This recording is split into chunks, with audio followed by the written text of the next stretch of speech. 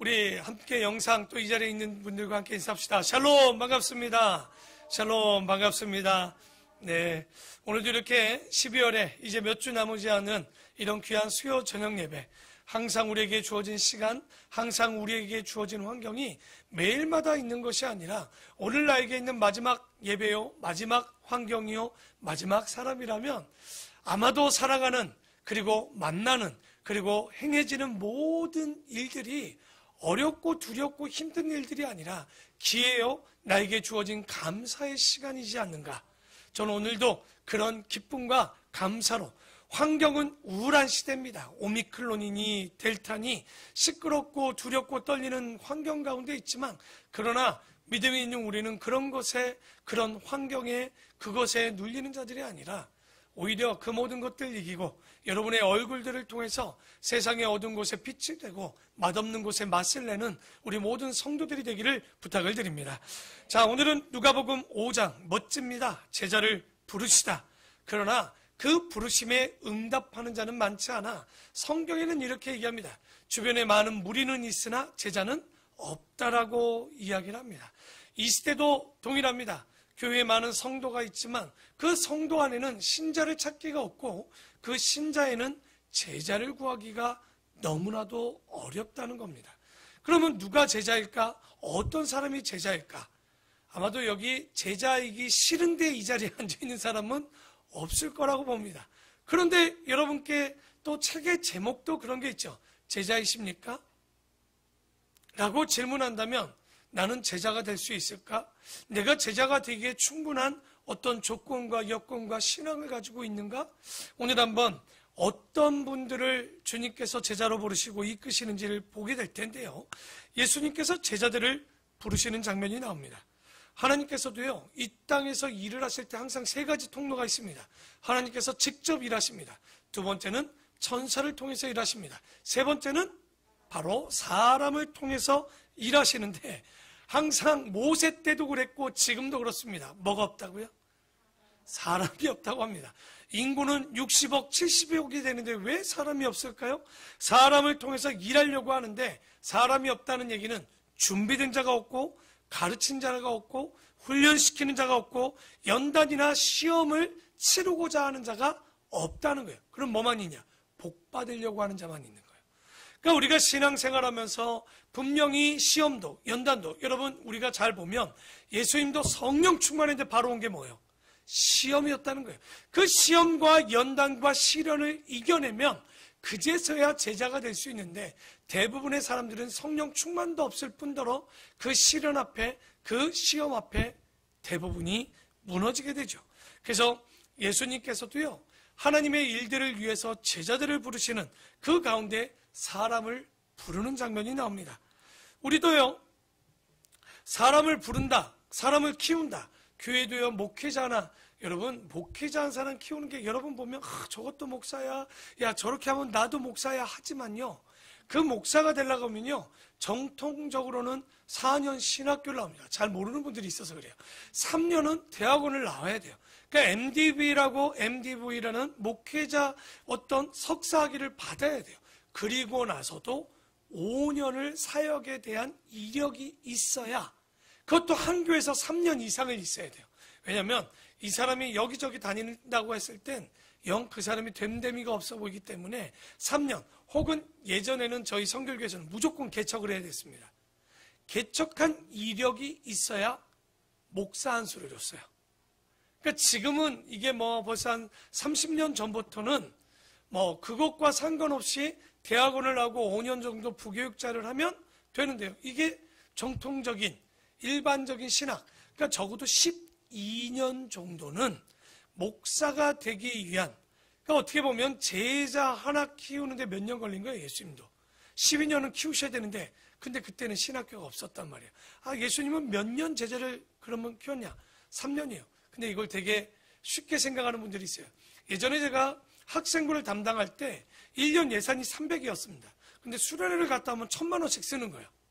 교회에서는 300만 원밖에 안 줍니다. 700만 원은 지금처럼 또 열심히 재정을 벌어서 그 학생부 아이들하고 자기들이 헌금하고 교사들이 헌금해서 1000만 원을 만들었어요.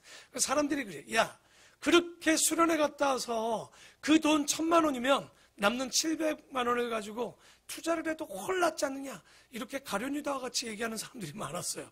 그 돈이면 더 많은 선한 일을 할 수 있을 텐데. 근데 제가 그때마다 얘기합니다. 일단은 첫 번째, 당신 1,000만 원 가지고 한 영혼을 거듭나고 중생하고 거듭나고 새롭게 주님 앞에 구원할 수 있다면 1,000만 원과 그 한 사람과 바꿀 수 있겠냐? 1,000만 원은 크다고 할 수 있지만 그 한 영혼을 위해서는 충분히 투자할 수 있다라고 저는 봅니다. 두 번째, 당신이 예배를 다 드려도 아이들이 52주 나온다 쳐도 52시간입니다. 걔들이 예배 드리고 공과 안 하고 도망가면 52시간밖에 1년 동안 만나지 못해요.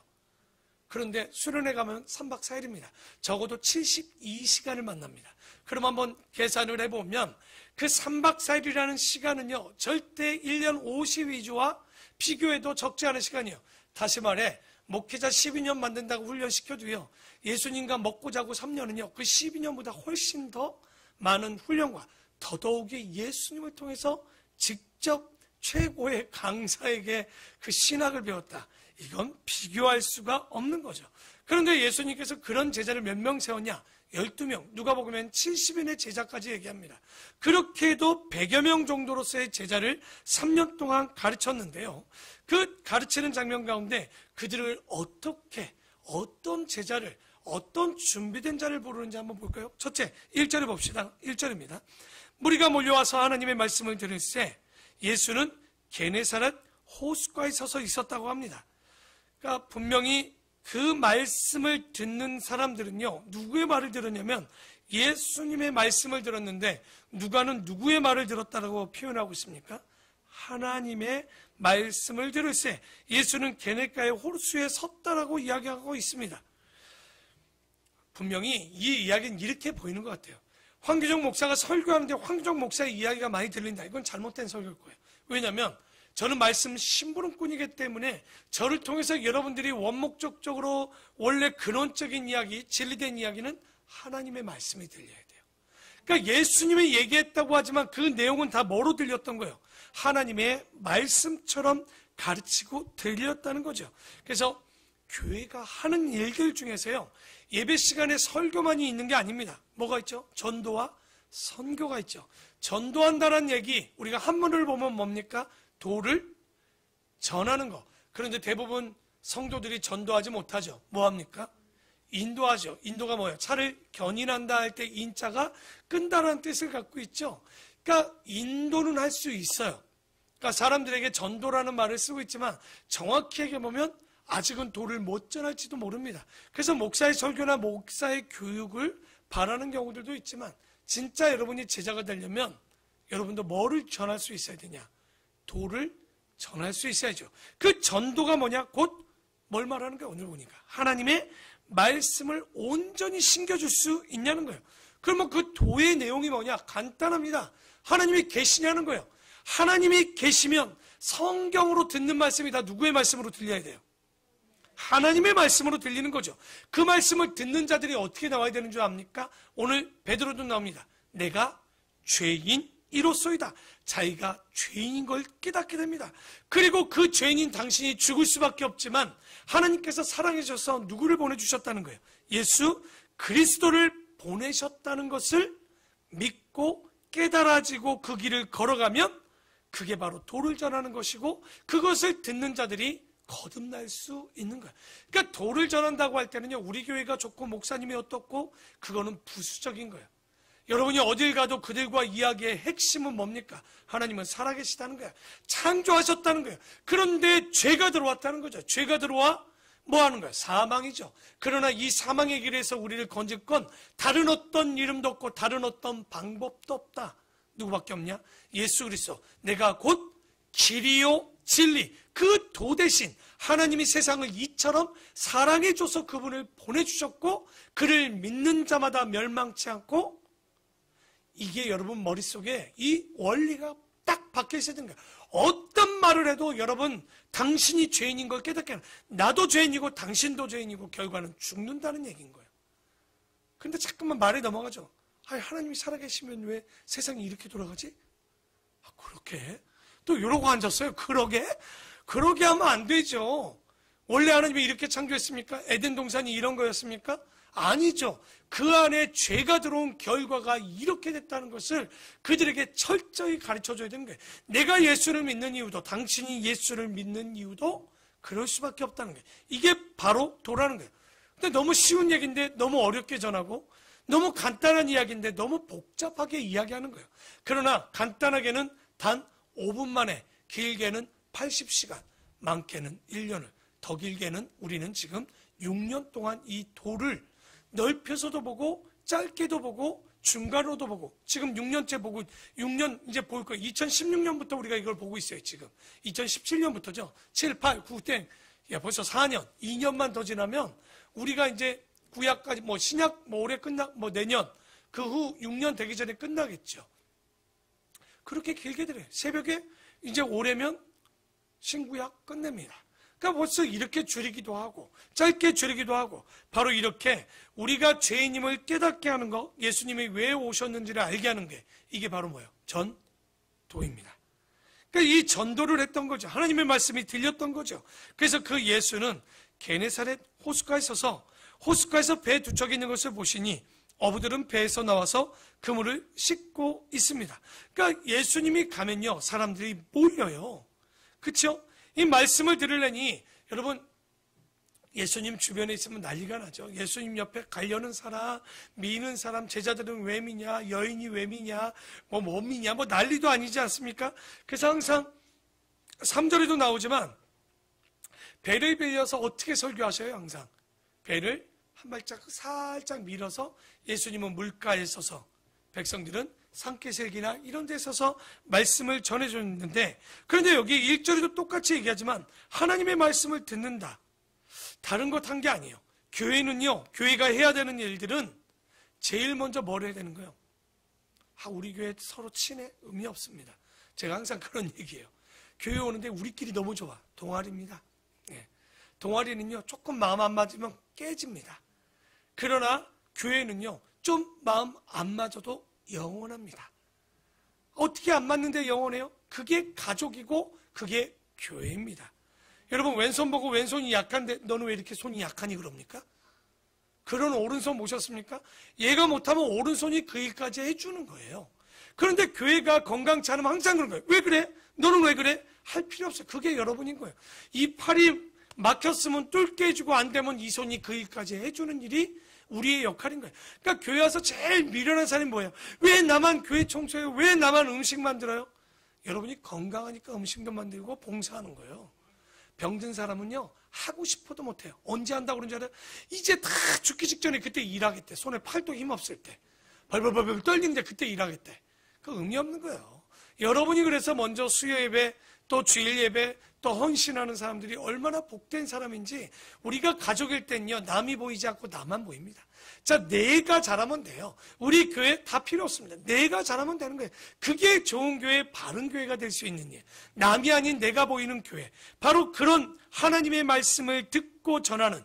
그러니까 여러분, 말씀이 들어가면 변합니다. 그런데요, 말씀이 없으면 이적과 표적만 원합니다. 표적은 왜 하는 거예요? 이적이 왜 일어나고 기적이 왜 일어납니까? 사람들은 이게 있어야 되는 줄 아는데, 아니요. 예수님이 병자를 고친 표적은 뭐냐면, 하나님의 말씀, 하나님이 살아계시고 그 말씀이 온전하다는 사실을 증명하기 위한 하나의 조건인 거예요. 여러분, 우리가 병 안 낫는다고 하나님 안 계신 거예요? 진짜 더 괴로운 사람들은 나사로 같은 사람이잖아요. 죽어봤는데 또 죽어야 돼. 얼마나 두려울까? 차라리 한 번 죽고 말지.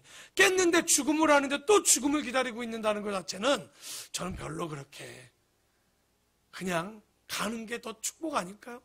그러니까 이렇게 보면, 그러니까 안 낫는 거, 그러니까 누구에게 이런 이적과 표적이 보이냐면 믿음 없는 자들에게 보여주는 거예요. 우리는 그런 거 없어도요, 나에게 그런 축복이 우리에게 나타나지 않아도요, 크게 그럴 거 없어요. 우린 영원한 삶이 있기 때문에 이 땅의 삶은, 그래, 캠핑 왔다고 저는 항상 생각해요. 집이 없는 분들 캠핑 왔습니다. 내 집도 아닌데 뭘 코페해가지고 돈 내고 나가서 땅 빌려가지고 거기서 그렇게 해먹는 판에 뭘 그냥 있는 거 사시고 좀 긴 캠핑 왔어. 그러니까 길어서 한 70년, 더 길면 한 100년 아닙니까? 그냥 즐겁게 매일 라면도 끓여 먹고 매일마다 재밌게 먹으면서 별도 보시고 그런 기쁨으로 사는 거죠. 그래서 말씀을 믿게 하는 게 목적인 거지 표적은요 절대 이적과 표적이 목적이 될 수 없습니다.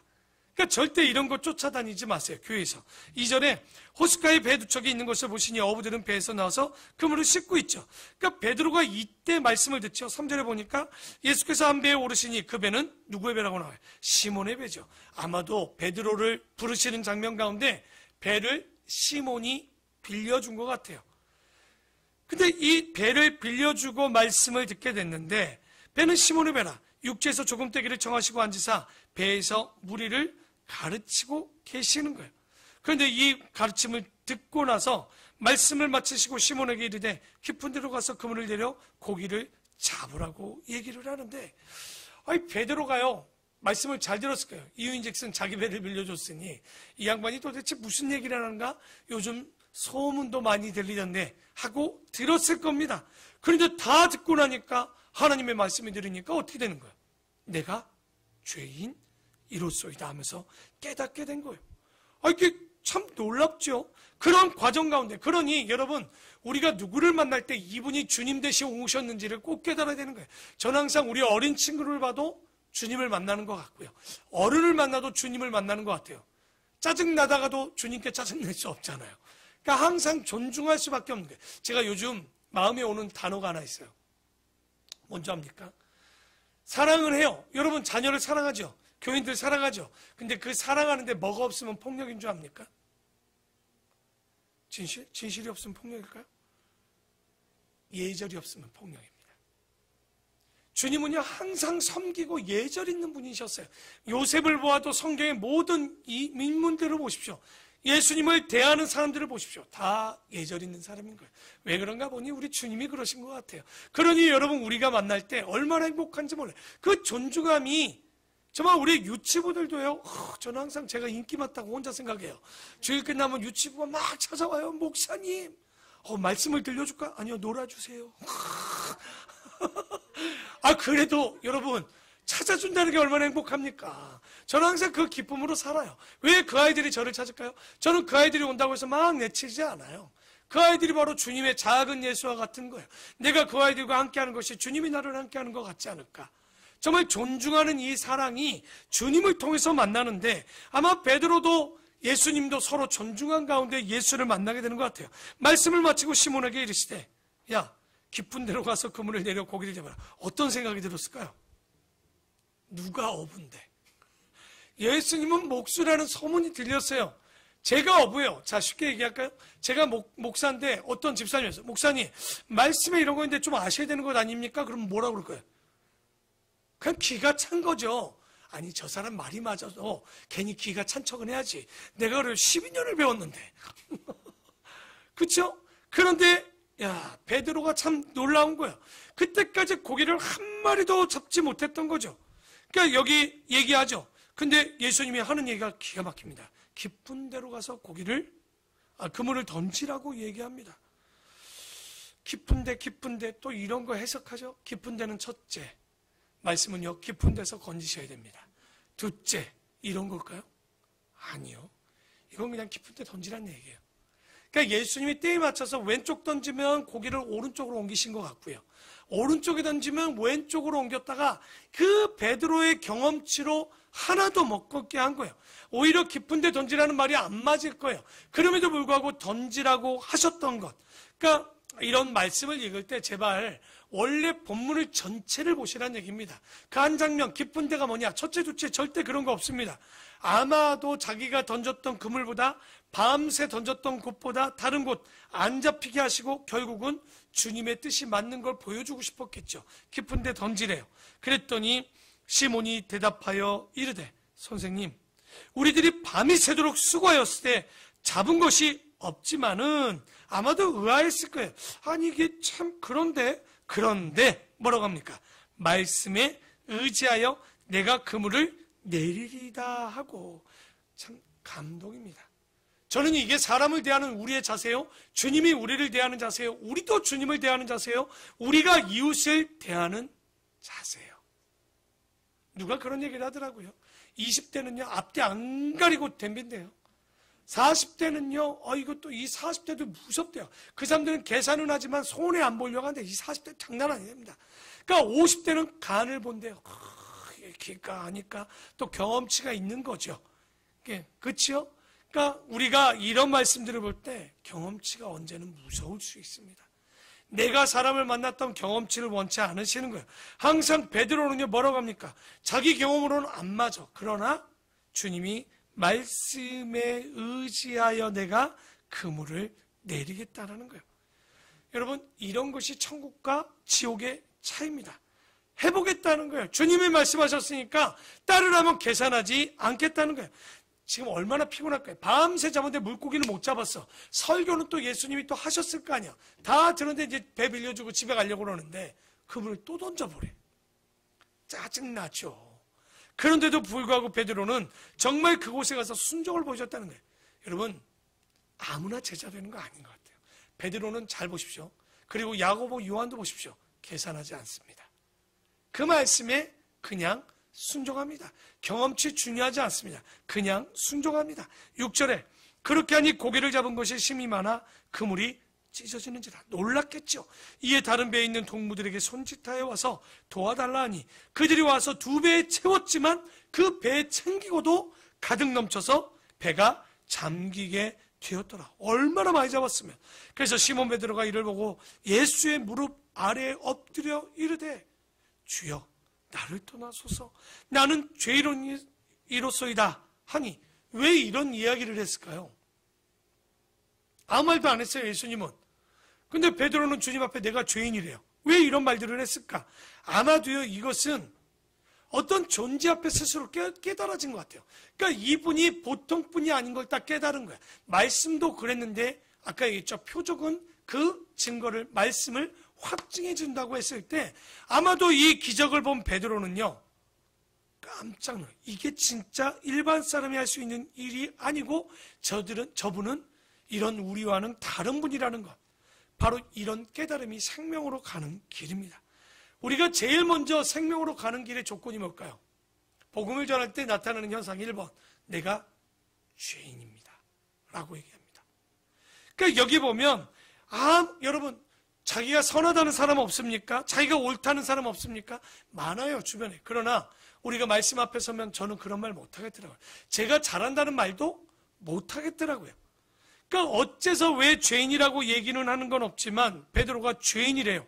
왜 눈물이 나는지 모르고 우리가 거듭나잖아요. 우리가 거듭날 때 보십시오. 누가 때렸습니까? 뭐라고 합니까? 그런데 내 죄가 깨달아지는 거예요. 정말 눈물 콧물이 쏟아지는 거죠. 왜 그러냐? 주님 앞에 서니까 자기 존재 자체가 뭐 어떤 보여지는 죄를 져서 죄인인 게 아니라 자기 존재 자체가 뭐인 걸 깨달았냐? 죄인이라는 걸 깨달았다는 거죠. 그래서 사람이 새롭게 태어나려면 제일 먼저 나타나는 현상이 자신이 죄인임을 깨닫게 되는 거예요. 그래서 그리고 나서 성경 말씀도 들리고 하나님이 어디 있는지 뭐 이런 것들이 다 믿어지게 되는데 모태신앙들은요 이게 쉽게 잘 오지 않아요. 그렇다고 안 오는 거 아닙니다. 찾는 자에겐 또 그만큼 오겠죠. 그러나 꼭 모태신앙이라도 다 이런 경험은 있어야 돼요. 내가 죄인이라는 거. 그런 경험치들이 있어야 되는데 왜? 내 존재 자체가 죄인인 걸 깨닫는 거거든요. 그래서 9절에 이는 자기 및 자기와 함께 있는 모든 사람이 고기 잡힌 것으로 말미암아 놀라고 세베대의 아들로서 시몬의 동업자인 야고보와 요한도 그것을 보고 놀랐습니다. 예수께서 시몬에게 이르시되 무서워하지 말라. 여기 보니까 먼저 야고보와 요한 그리고 베드로는 뭐예요? 지금 보니까 동업자래요. 동업이라는 말을 보다는요 협업했다라고 보시면 돼요. 동업은 뭐 어떤 배도 같이 사고 뭐 이런 일들을 한 거고 같은 어업인데 이런 일들을 통해서 옛날에 물고기들 잡을 때 보면 그물 양쪽에서 치고 잡거나 이런 일들이 있지 않습니까? 아마도 이렇게 했던 것으로 보이고요. 그 중에 야고보와 요한은 배도 있고 일꾼도 있는 우리가 보았지만 그의 어머니 살로메와 그 부모를 보면 조금 재정적으로는 여유가 있었던 것으로 보이는데 그래서 동업자인 야고보와 요한도 놀랐습니다. 예수께서 시몬에게 이르시되 뭐 하지 말라? 성경에는 왜 이렇게 무서워하지 말라는 말이 많이 나올까요? 무서워해서. 근데 이 무서움이란 게 뭐냐면 우리가 에덴 동산 때 아담과 하하가 선악과를 먹고 제일 먼저 했던 행위가 뭡니까? 숨죠. 그리고 두 번째 뭡니까? 두려워합니다. 죄가 뭔지도 의식하지도 못하고 이때 제일 먼저 나타난 의식, 죄에 대한 의식이 뭐냐? 벌써 첫 번째는 숨습니다. 그리고 두려워합니다. 그러니까 여러분, 우리가 주님 앞에 왔을 때 숨는 건 왜냐? 왜 두렵냐? 죄인이기 때문에 두려워하고 숨는 거예요. 그래서 부끄러움과 두려움은요, 결코 좋은 게 아니에요. 그러니까 주님 앞에 나와서 막 겸손한 척 하지 말라니까. 그렇다고 교만도 아니지만 항상 부끄러움, 나 부끄러워? 아니요. 저는 안 부끄럽습니까? 사람들 앞에 쓰고 아닌 사람들과 만난 거예요. 사람들은 제 성격이 좋은 줄 알고 새신자만 오면 제 앞에 모시고 와요. 저도 어색해요. 솔직한 얘기로. 내가 이분을 면제 만났다고 앉았고 차를 마시고 말을 하고 밥을 먹으래 또. 그리고 여러분, 제가 한번 진짜 모르는 분 모시고 와서 여러분하고 한번 밥 먹으라면 어떠실 거예요? 목사님 고마워요. 이런 분들을 알게 해주셔서 이런 말을 하고 앉았는데 솔직한 얘기로 굉장히 그렇거든요. 그러니까 저 나름 그렇지만, 그러나 제가 이런 일들과 우리가 처음 온 분들에게 웃을 수 있는 건요, 성격의 문제가 아니라 믿음으로 살아내는 거예요. 성격이 바뀌고 성품이 바뀌는 거예요. 그게 괜히 두렵다, 부끄럽다, 잘 보면 그 부끄러움은 결코 좋지 않지요. 우리가 주님 앞에 당당하게 세상이 감당하지 못할 사람처럼 살아가야 돼요. 얼마나 철판입니다. 처음 봐요. 욕해도 웃어요. 왜냐면 전도자면 툭툭 치지 뭐라고 하지. 알겠어요. 예수 믿고 복 받으세요. 속으로는 열받지만. 이렇게 할 수 있는 게 두려움과 우리가 부끄러움이라는 것이 죄의식인 걸 우리가 알 수 있지 않습니까? 그래서 무서워하지 말라. 이제 후로는 네가 사람을 취하리라. 다른 성경에 뭐라고 나왔습니까? 이게 사람을 낚는 어부가 되리라. 여러분, 우리가 잘 보십시오. 물고기 많이 잡는 걸 원하시는지 아니면 제자 되는 것을 원하시는지. 거짓말하지 좀 마. 물고기 많이 잡으려고 얼마나 노력합니까? 지금도. 전 이 말씀 보면서 찔리더라고. 제자가 되고 싶은데 부자도 되고 싶어. 차도 갖고 싶고 집도 갖고 싶고 아마도 자녀도 많이 하고 싶고 결혼도 하고 싶고 여행도 가고 싶고 하고 싶은 게 얼마나 많습니까? 하고 싶고 되고 싶고 갖고 싶은 게 다 뭐예요? 물고기 아닙니까? 그렇죠? 갖고 싶은 물고기, 되고 싶은 물고기. 우리 어린아이들도 그 물고기 때문에 미칠 거야. 게임하고 싶지, 연애하고 싶지, 놀고 싶지, 미치겠어. 예배는 안 하고 싶지. 다 하고 싶은데 이걸 안 하고 싶어 또. 그 희한합니다, 사람 마음이. 그렇죠? 좋은 거라고 웃기네요. 여러분도 옛날에 안 좋았어요. 거기서 좋아한 거. 하여튼 어른들도 웃겨. 자기들은 처음부터 다 좋았던 것처럼. 야, 예배가 얼마나 좋은 건 줄 아느냐? 그러지 마요. 나도 옛날에는 안 좋아했는데 이래야 되는 게 맞아요. 엄마 옆에 자다가 언제 정신이 깨다가 쓰다 보니 이 자리에 은혜를 받았구나. 너가 지금 힘들겠지만 시온아, 너 옆에 앉아서 그냥 와서 졸아도 괜찮아. 그냥 엄마들도 그러죠. 애들 졸면 눈 돌려갖고 저기 지금 딴짓 하나 막 가가지고 아니요, 맨날 자면 쑤시는 건 맞아. 근데 한두 번씩 졸면 많이 힘들구나. 그래도 목사님이 얼마나 민망하겠니. 근데 목사님은 또 괜찮아. 주님이 너 보고 있으면 얼마나 민망할까? 이러면 돼. 아셨죠? 저 아이들 대단한 거예요. 칭찬도 해줘야 돼요. 하지만 제가 아닌 주님 앞에 있다고 생각하면 좀 자세는 달라져야 될 거야. 그렇지 않겠습니까? 그래서 왜냐면 물고기 잡다 보니까 우리는 다 제자 되고 싶대. 왜? 물고기 별로 안 좋아하고 비린내 나니까. 그런데 나의 물고기를 좀 따져보면 우린 굉장히 물고기 많은 거 좋아해요. 그렇죠? 내 물고기가 상당히 많아요. 오늘 재밌잖아요. 다 담았더니 가라앉더라고. 그 말은 아닌데 가득 채웠더니 결론은 그냥 비유도 아니지만 가라앉고 있길래 되게 웃기다. 나 제자 되고 싶다고 했지만 솔직히 저 물고기 되게 많이 갖고 싶거든요. 그런데 성경을 보니까 아니구나. 진짜는 물고기가 아니라 사람 낚는 일이 얼마나 가치 있는 일일까. 그런데 나는 이 가치 있는 일을 물고기 담는 만큼 욕심내서, 여러분 이게 땡잡은 거 아닙니까? 왜? 물고기가 어마어마해요. 우리나라 인구의 거의 80%가 물고기야. 왜? 그거 잡아다 보면 다 이 가치 있는 사람 낚는 어부를 하면서요. 여러분 주변에 물고기 어마어마합니다. 그거 담기만 하시면 되는 거예요. 그러니까 오늘 여기 보면 우리가 예수님의 말씀 속에 진리가 있고 그 안에 생명이 있다면 그 마음 속에 진리를 심어주는 일들이 가장 가치 있는 일 아닐까요? 여러분 젊은 아이들부터 우리 어린 친구들도 전도하셔야 돼요. 그냥 아유 저만 나와서 천국 가게요. 제일 못된 며느리들이 뭐예요? 엄마 며느리들 시어머니 때문에 교회 못 간대. 그럼 시어머니 돌아가시고 오시겠대. 단말로 할까? 시부모 지옥 간 다음에 나는 천국을 꼭 가보겠다는 얘기야. 굉장히 무서운 얘기입니다. 그렇죠? 그러니까 우리가 진리를 심어주고 이 속에서 가장 거룩하고 가장 가치 있는 가장 진리인 이것들을 여러분이 가장 좋아하는, 제가 계속 얘기하고 있는 거 알 거예요. 2022년에 여러분 전도하려면 적어도 대상자는 몇 명 정도 생각해야 될까요? 10명이라고 제가 기억 잘하시네. 또 물어보면 한 명이라면서요. 또 이런다니까 또 써내라면 10명을 써내란 이유 아시죠? 하나 건지기 어렵습니다. 물고기 낚싯밥 100날 10번 던져서 하나 오면 그거 성공한 거잖아요. 그러니까 우리가 왜냐? 우리 교회 부흥이 아닙니다. 복음을 전하고 가장 가치 있는 일들을 우리가 교회도 넓히는 이유는 다 의미 없어요. 진짜는 그들을 데려와서 그들을 교육하려고 이걸 넓히지. 사람도 없는데 교회가 100날 100평, 200평, 1000평이면 뭐 할 겁니까? 가르치는 사람 없는 교회는 또 어떻게 할 겁니까? 제자 되지 않는 교회에 사람이 많으면 뭐 합니까? 그런데 더 중요한 건 또 전하지도 않으면 또 어떻게 합니까? 교회 안에 가르칠 사람은 뻑뻑한데 목자, 준목자야 다. 근데 목원이 없어 교회. 어떻게 하실 겁니까? 주일학교 어떻게 하실 겁니까? 청소년부 어떻게 하실 겁니까? 그런 시대가 지금 오고 있어요. 가르칠 사람은 많대. 근데 가르침 받을 어린아이가 없고 유치부 영아가 없고 청년들 장년들이 없어요. 그러니까 우리가 이런 전도 뭡니까? 성경은 요한계시록도 얘기하지만 선한 행실, 선한 옷, 우리의 정말 이 착한 행실의 옷을 입어내셔야 돼요. 어디서 그 행실이 나오겠습니까?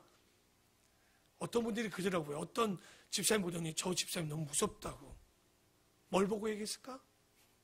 얼굴 봐도요 다 나타납니다. 여러분 선하게 이쁘게 잘 어떻게 얼굴을 바꿔봐도 이쁘게 바꿔보려고 저도. 왜냐면 선해져야 돼요.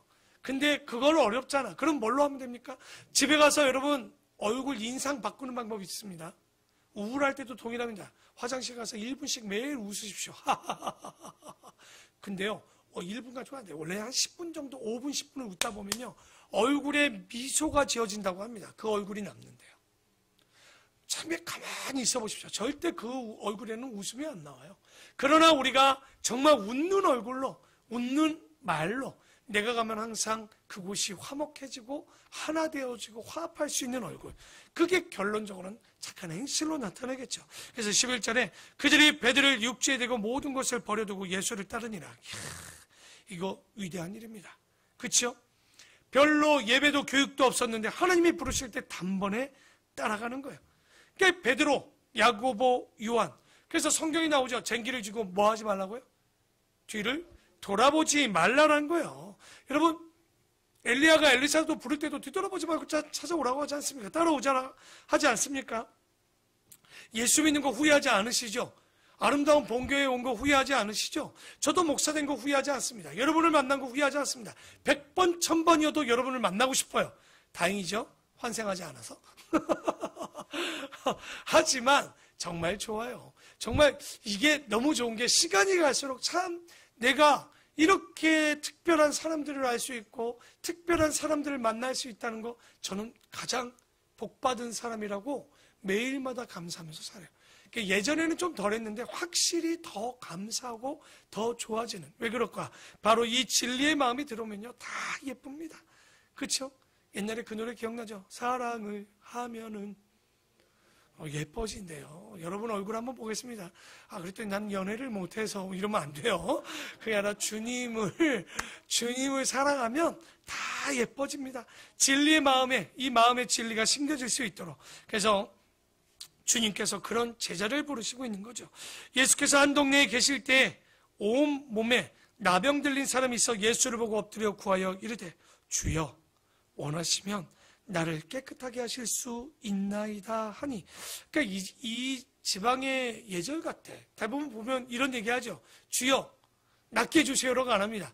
원하시면 나를 고쳐 주시옵소서. 생떼 쓰지는 않습니다. 13절 그때 주님이 뭐라고 하는지 한번 다 같이 한번 읽어보겠습니다. 시작.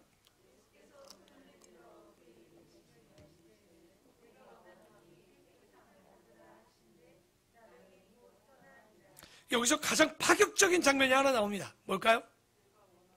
내가 원하노니 이 말 또 뭐 나병이 곧 떠나니라. 진짜 놀라운 건요, 율법적으로 보면 손을 내밀어 그에게 뭐 하심에? 대심해가 놀라운 일이에요. 이게 아시죠? 나병 환자들은 불가촉, 절대 접촉하면 안 됩니다. 예수님의 하는 행위를 보시면요, 손을 댈 수 없는 거. 그래서 이런 사랑을 얘기할 때 여러분, 불륜이 파격적인 사랑이 아니에요. 그런 사랑이.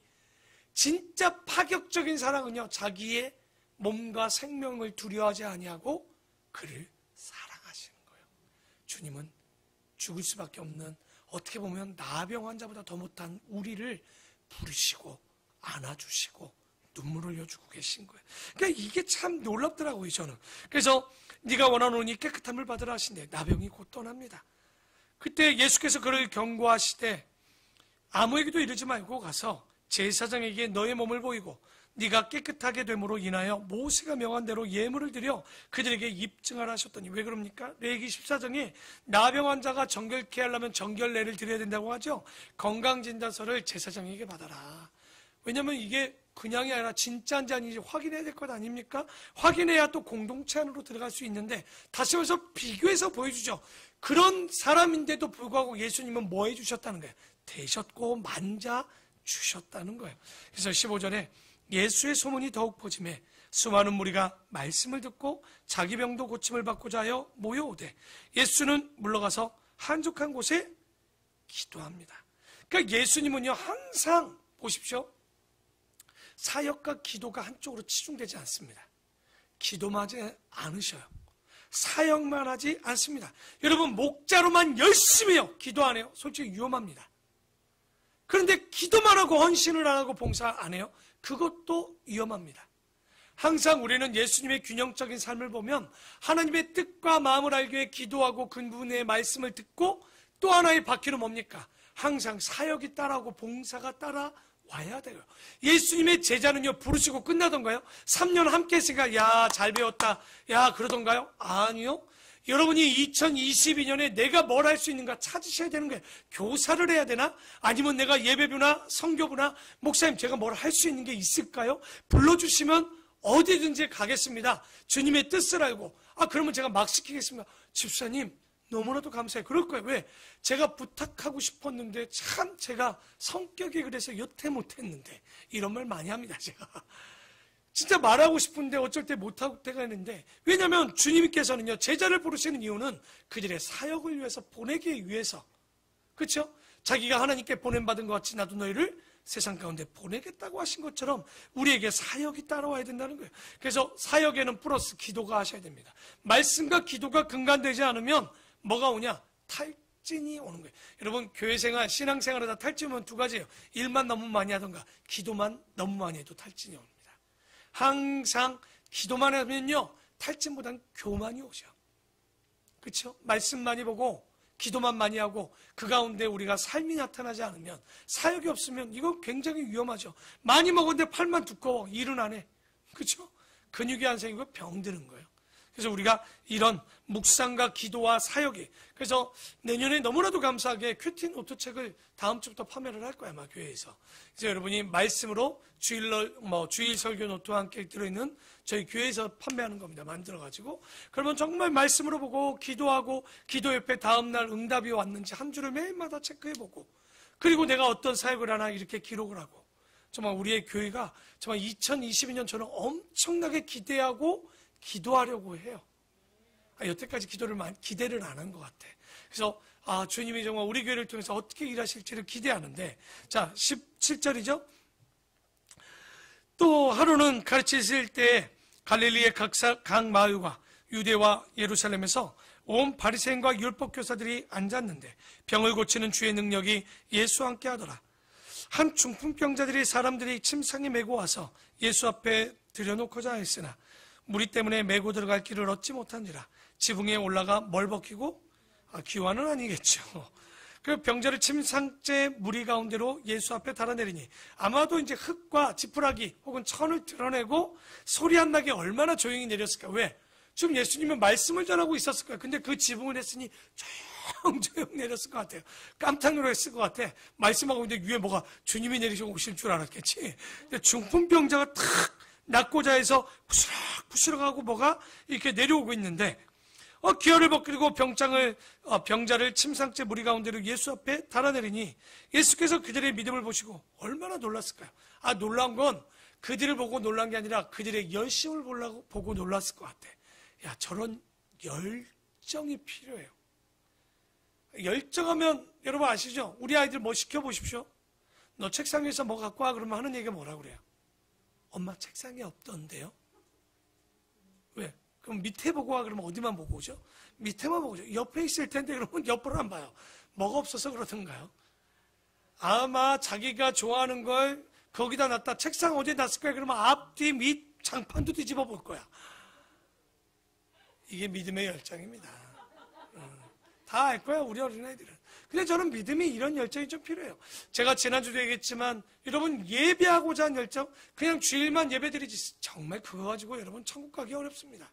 제가 봤을 땐 말씀 어떻게 주일 한번 그 말씀의 양식을 먹고 영의 양식을 먹고 살 수 있을까? 그러니까 우리가 더 놀라운 거죠. 그러니 우리가 이런 열정을 보고 굉장히 놀라하셨던 거죠. 그래서 기아를 벗고 예수 앞에 달아내리니 예수께서 그들의 믿음을 보시고 이르시되 야, 이 사람아 네 죄 사함을 받았느니라 하시니 서기관과 바리새인들이 생각하여 이르되 이 신성 모독하는 자가 누구냐? 오직 하나님 외에 누가 능히 죄를 사하겠느냐? 파격적인 계속 행보입니다. 첫째는 나병 환자에게 손댄 것. 두 번째는 뭐예요? 뭐가 파격적인 거예요 지금 보니까? 죄 사는 거. 하나님 외에는 분명히 얘기했어요. 24절에 뭐라고 했습니까? 21절에 하나님 외에 능히 누가 죄를 사할 수 있느냐? 예수께서 그 생각을 하시고 그들의 마음을 아셨던 거죠. 대답하여 이르시되 묻지도 않았습니다. 너희 마음에 무슨 생각을 하느냐? 깜짝 놀랐겠죠. 너희 죄사함을 받았느니라 하는 말과 일어나 걸어라 하는 말이 어느 것이 더 쉬울까? 정답 둘 다 어렵습니다. 그러나 바리새인들에게 죄사함을 했다라고 얘기하면 뭐라고 했을까? 난리 났겠죠. 네가 누군데 신성모독을 하느냐? 그러면 병자에게 야, 너 침상을 들고 가라면 네가 그러면 여길 왜 왔겠습니까? 외쳤겠죠. 안 그러겠습니까? 내가 여기 걸어올 거면 나왔으면 뭘 이걸 들고 왔겠냐는 거예요. 그러니까 이 보면 그들만 놀랐겠습니까? 그 친구를 데리고 왔던 사람들이 더 벙찌는 거죠. 뭐 걸어가라고? 나왔더라고? 이게 둘 다 어려운 말이지만 아마도 인자가 땅에 왜 오셨다는 걸 보여주려는 이 사건입니까?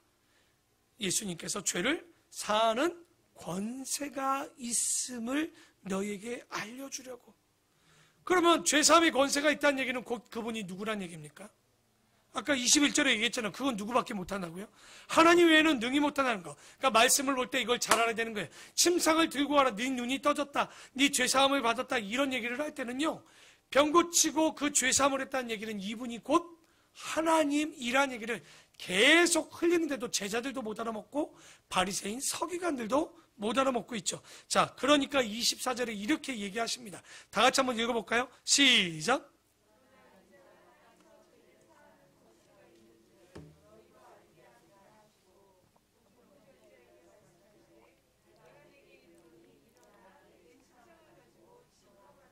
그렇죠. 죄사함 받는 것이라고도 했고요. 또 침상을 가지고 했지만 솔직히 둘 다 어려운 이야기였던 거죠. 그러나 병이 나았다.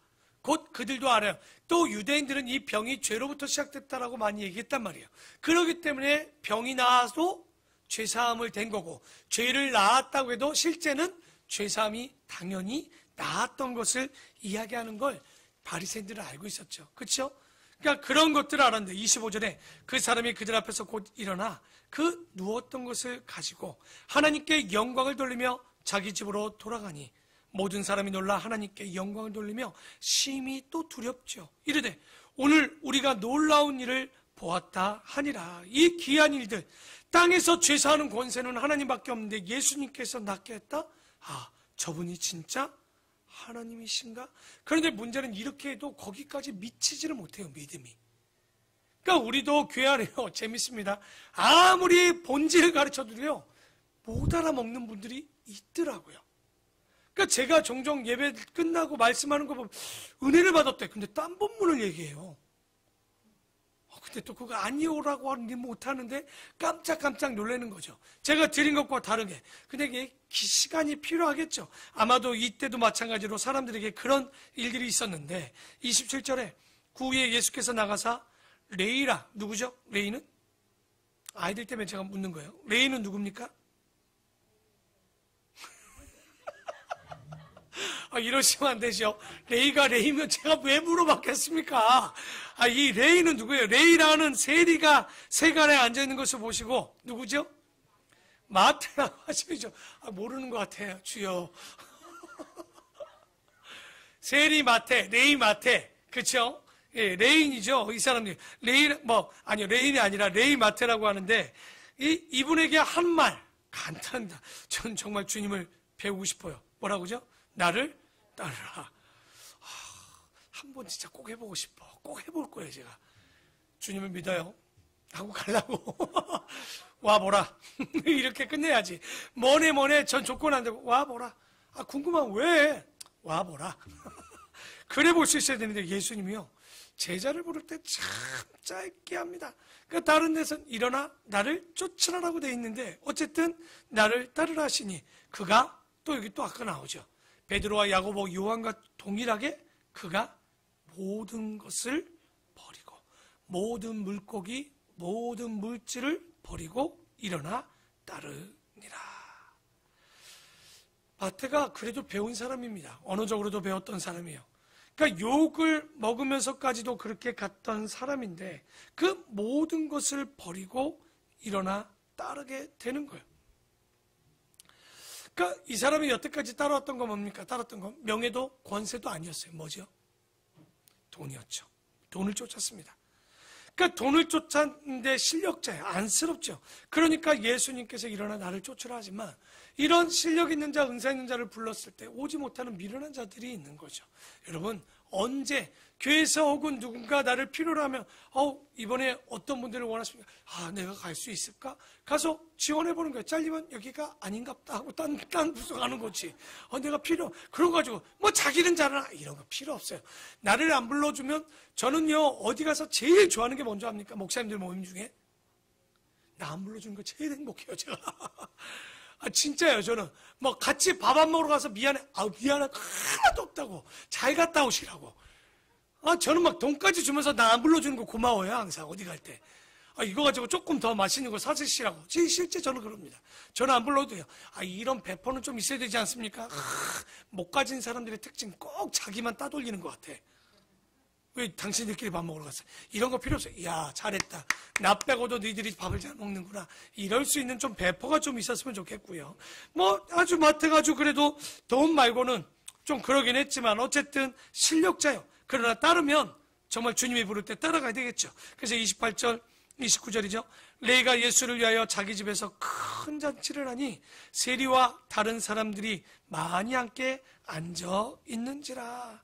그러니까 이 세리 마태를 보면요. 이 파티가 비포 애프터의 딱 기준입니다. 왜 그럴까요? 예수님을 믿기 이전과 예수님을 믿고 난 이후 우리의 파티는 아마 세례 같은 것 같아요. 제가 교회 나와서 세례 받으면 그게 비포 애프터로 바뀌어야 돼요. 그러니까 교회를 오래 다닌 것보다는 교회 와서 정말 주님을 영접하는 우리 그 예식인 세례를 통하면 세례 전과 세례 후가 같다? 여러분 심각한 거예요. 이거는 우리가 아노 도미니 비포 크라이스트 BC라는 예수 오시기 전과 아노 도미니라는 라틴어에 예수님 오신 이후의 삶이 똑같으면 안 되는 거죠. 이 마태는요 잔치가 자기의 삶의 끝이에요. 뭘까요? 이제 내 모든 것을 기억나죠? 삭개오도 어떻게 합니까? 다 나눠주고 주님을 쫓아가는. 여러분 잔치할 마음이 있습니까? 잔치할 마음이 있냐고요. 그러면 다 바치십시오. 갑자기 아멘이 안 나오네. 예, 이 물고기를 쥐고 있으면 결국 어려워져요. 그러니까 이 물고기를 빼내는 잔치가 우리에게 꼭 필요하겠죠. 그래서 30절에 바리새인과 그들의 서기관들이 그 제자들을 비방하여 이르되 너희가 어찌하여 세리와 죄인과 함께 먹고 마시느냐. 범사의 서기관들이 꼭 이러죠. 시비 걸어요. 바리새인들은요. 그랬더니 예수께서 대답하여 이르시되 건강한 자에게는 의사가 쓸데없고 뭐에게 필요하다고요? 또 여기를 짚고 넘어가야 되겠죠. 내가 의인을 부르러 온 것이 아니요 죄인을 불러 회개시키러 왔다. 그런데 세리를 뭐로 지금 죄인이라는 건 알겠어요. 근데 그 전에 그 세리를 지금 뭐라고 부르셨던가요? 자기는 의사고 누구를 위해서 왔다고 그래요? 병자라고 얘기하죠. 그러니까 예수님은 세리를 천하의 나쁜 놈이 아니라 병들었다라고 표현합니다. 무슨 병? 돈 쫓는 병. 사람이 돈을 따라가면요 뭐라고 나옵니까? 일만 악의 뿌리가 뭐에 있다고 그러죠? 악의 뿌리가 돈이에요. 돈. 실제는 그 돈을 쫓아가면 아닙니다. 그러니까 돈이 살아가는 데는 필요하지만 하나님보다 부모도 모르고 형제보다 더 살아가면 심각해지는 거죠. 그래서 우리가 항상 알아야 되는 건 그렇다고 항상 약자만 교회에 오느냐 돈 없는 자만 오냐 그런 건 아닙니다. 우리가 잘 보면 우리가 예수만 잘 믿으면요 우린 약한 병자 같은 사람이 아니에요. 강력하죠. 제자들 보십시오. 자기의 생명을 내어도 두려워하지 않을 정도로 여러분 그런 사람이 되어지는 거예요. 병자가 와서 이런 강력한 사람으로 변해야 되는데 겔겔 80이라고 교회 와서 맨날 겔겔하다 그냥 구원 하나 받고 가는 거야. 그러고도 좋대. 조금도 하나 못하고 80대까지 가고 좋대. 또 그냥 천국이래. 또 저 높은 곳을 향하여 혼자 가는 게 그렇게 좋아? 그러고 싶습니까? 짧고 긴 게 아니라 진짜 얼마나 그러려면 어떻게 하느냐. 여러분 우리가 관계하면 세 가지 꼭 나오죠. 하나님, 물질, 사람과의 관계가 나오는데 우리가 하나님 버리고 사람 따라가야 되겠습니까? 하나님 버리고 물질을 따라갑니까? 절대 그러면 안 되는 거죠.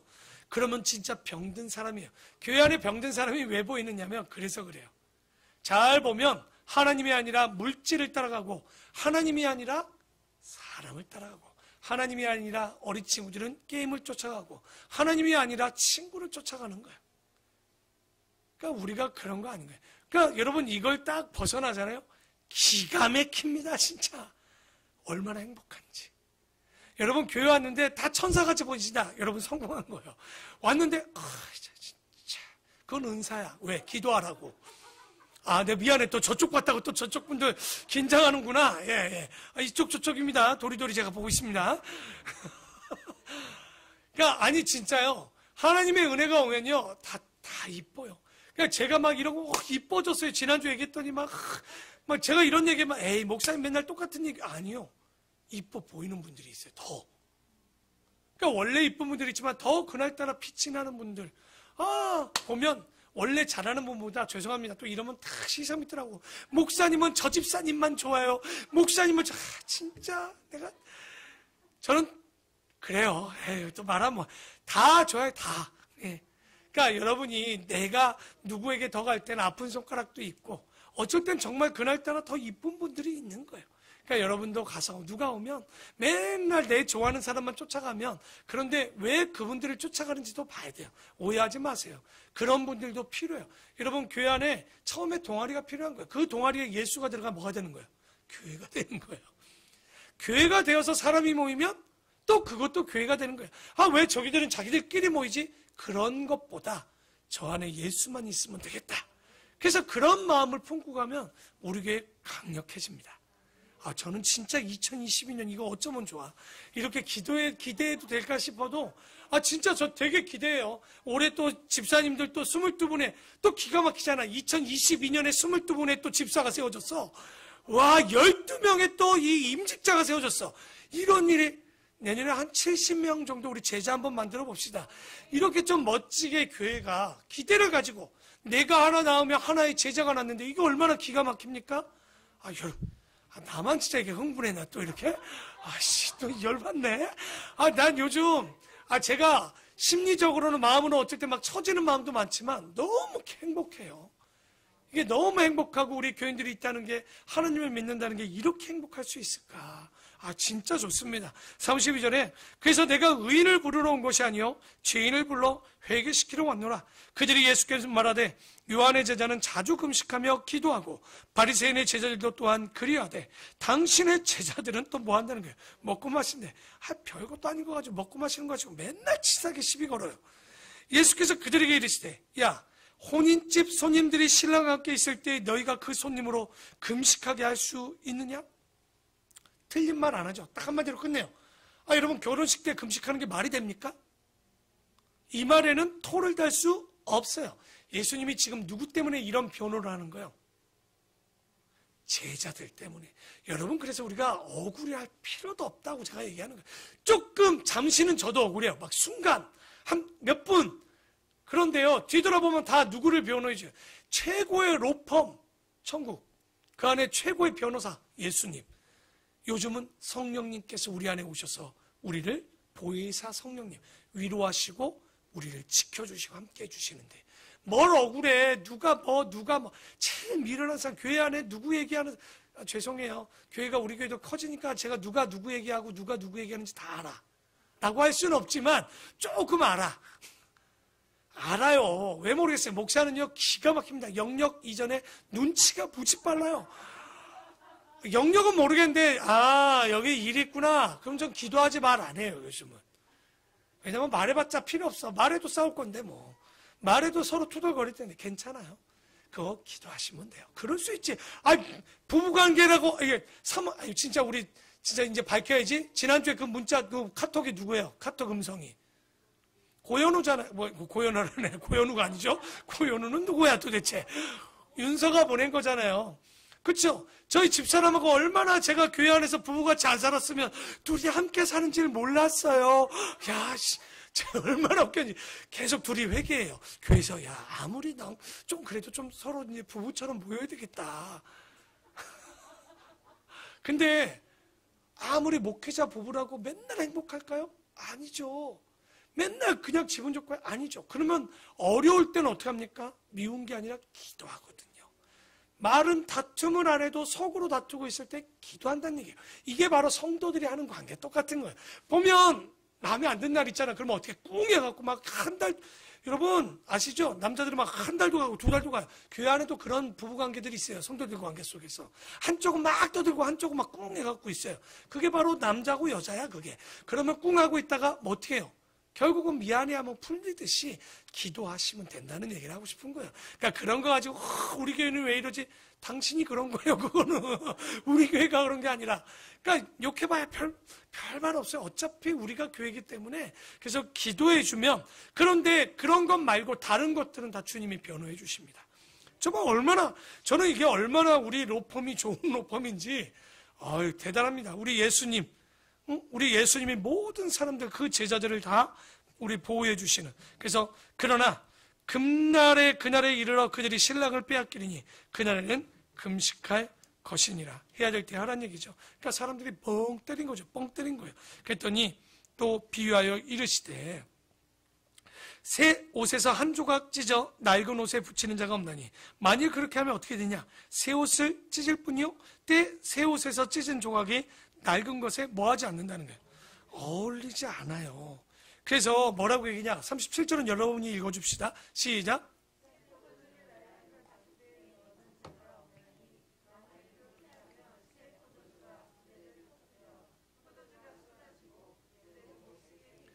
그러니까 안 믿는 사람도 이 말씀은 다 알죠. 그러니까 새술은 새 부대, 본부대에 놓으라는 거예요. 다른 것 가지고 와서 우리 교회가 여러분, 저 교회선 이렇게 하는데, 저 교회는 왜 이렇게 하는데, 우리는 안 해요? 내 경험상 이거 다 틀린 말입니다. 우리의 새 부대는 뭡니까? 예수 그리스도로 거듭난 아름다운 본 교회. 그게 어떤 교회? 성경을 근거로 해서 말씀과 진리가 살아있는 교회. 거기에 이상한 걸 덧대려고 하지 말란 얘기예요. 진리를 바꿔서 다른 것에 기우지 말란 얘기예요. 어울리지 않아요. 결국은 그 교회는 찢어지고 터집니다. 왜? 진리에 엉뚱한 걸 겹붙이면. 그래서 우리가 해야 될 일은 잘못 것이 붙을 때 알아서 내가 30년간 믿었던 경험치 다 띄워야 된다는 거예요. 그렇게 안 되면 개혁이 어려워집니다. 그런데 어려워지는 이유가 뭐냐면 38절에 새 포도주는 새 부대에 넣어야 할 것이니라. 묵은 포도주를 마시고 새 거를 원하는 자가 없나니 이는 묵은 것이 좋다 합니다. 이 39절에 이게 뭔 말입니까? 포도주는 뭐가 좋아요? 묵은 게 좋거든. 오래된 포도주가 뭐 먹는 김이 좋은지 잘 모르겠어요. 뭐 좋대. 그러니까 옛날처럼 이게 뭐냐면 여러분 부부관계 가운데 막 부인이 밥을 해줘요. 근데 여보 맛있지 그러면 해. 근데 나 요즘 우리 어머니가 해준 된장찌개가 먹고 싶어. 이런 사람들이 있어요. 지금 그 얘기를 하고 있는 거예요. 뭐냐면 이렇게 새로운 걸 주어도 옛 삶을 쫓아가려고 하지 말라는 거예요. 옛날에 포도주가 좋다라고 쫓아가지 말라는 얘기예요. 여러분 아름다운 본교회 왜 오셨습니까?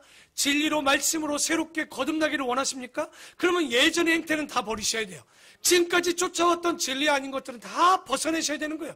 정말 접붙임 당하듯이 예수 그리스도의 뿌리 위에 나으신 그 정말 기둥 위에 가지가 접붙임 당하듯이 새술은 새 부대, 새 옷은 절대 헌옷을 붙이는 것이 아니고 헌옷에 새 옷도 붙일 수가 없는 거예요. 교회가 찌그러지고 잠깐만 문제가 생길 때 뭘 보면 되냐? 헌옷이 들어오거나 혹은 교회가 진짜 새 부대가 아니라 헌 부대일 수도 있어요. 가장 심각한 거예요. 그 교회는 나와야 돼요. 그게 우리 교회가 될 수도 있습니다. 저는 항상 그게 두려운 거예요. 우리 교회가 그러지 않도록 우리는 깨어져 있어서 목사나 권사나 안수집사나 정말 기도함으로 정말 아닐 때는 찾아오셔야 돼요. 목사님 그때 제가 생각할 땐 이건 갖고 오면 안 돼요. 성경에는 이렇게 하던데 목사님 혹시 이거 조금 조심해야 되지? 이렇게 나와야 돼요. 다른 교회는 이렇게 하는데 제가 볼 때 이거 아닌 것 같은데 다 의미 없습니다. 제가 했던 경험치가 이런데 이거 다 의미 없습니다. 저는 예수님이 한 대로 그냥 예수님이 가신 길대로 그 초대교회가 나아가고 실수했다면 그 길을 타산지석 삼아서 가지 않고 오히려 그것들이 좋았다면 타산지석도 삼아서 그 길들을 그대로 쫓을 수 있는 믿음. 그러나 그 근간은 은혜와 진리가 여러분에 심어져야 됩니다. 그래서 이 말씀을 붙잡고 아름다운 본교회가 진짜 제자 되고 싶습니까? 그러면 새 삶을 사셔야 됩니다. 거듭나셔야 됩니다. 예수 그리스도가 나 삶의 중심이 되어주고 물질을 하나님보다 더 좋아하고 사람을 하나님보다 더 좋아해서 병자되는 삶이 아니라 말씀으로 자기의 물고기를 다 내버려두고 자기의 모든 물질을 내버려두고 배를 내버려두고 사람을 내버려두고 우선순위에 누구를? 주님을 먼저 섬기는 자가 누구다? 제자라는 사실을 잊지 말고 저는 우리 교회가 이제 성도를 뛰어넘어 신자를 뛰어넘어 뭐가 돼야 될까요? 제자가 돼야 됩니다. 제가 지난주에 1:1 제자 양육 제1호를 끝냈어요. 그 의도치 않는 양육이었지만 그 친구와 함께 청년과 함께 한번 우리 교회가 가야 될 방향을 테스트 한번 해봤어요. 제가 10년 만에 다시 양육을 한번 해봤습니다. 강력해요. 될 것 같습니다. 저희 교회가 말씀으로 되어지고 큐티가 되어지고 예배가 되어지고 16주라는 제가 한 5달 정도를 그 친구를 하나를 매주 2시간씩 이렇게 양육을 했습니다. 그러면 32시간을 저랑 만나서 그래도 말씀을 나눴던 거예요. 근데 나눠보니 제자는 다릅니다. 왜냐하면 그 모든 것들을 알고 정립이 되니까 어떻게 살아야 될지를 알아갈 수 있을 것 같아요. 이제 우리 본교회 성도들이 신자도 성도도 아닌 뛰어넘어 제자가 되시고 그 제자가 되어서 헌옷, 흔옷에 이런 것이 아니라 진짜 새술은 새 부대에 담듯이 우리 아름다운 본교회가 정말 예수 그리스도라는 새 부대에 몸이 지체가 늘어 이제는 복음을 전하는데 앞장설 수 있고 인생을 걸고 가치 있는 일을 하는 우리 모두가 되기를 축원합니다. 기도하겠습니다.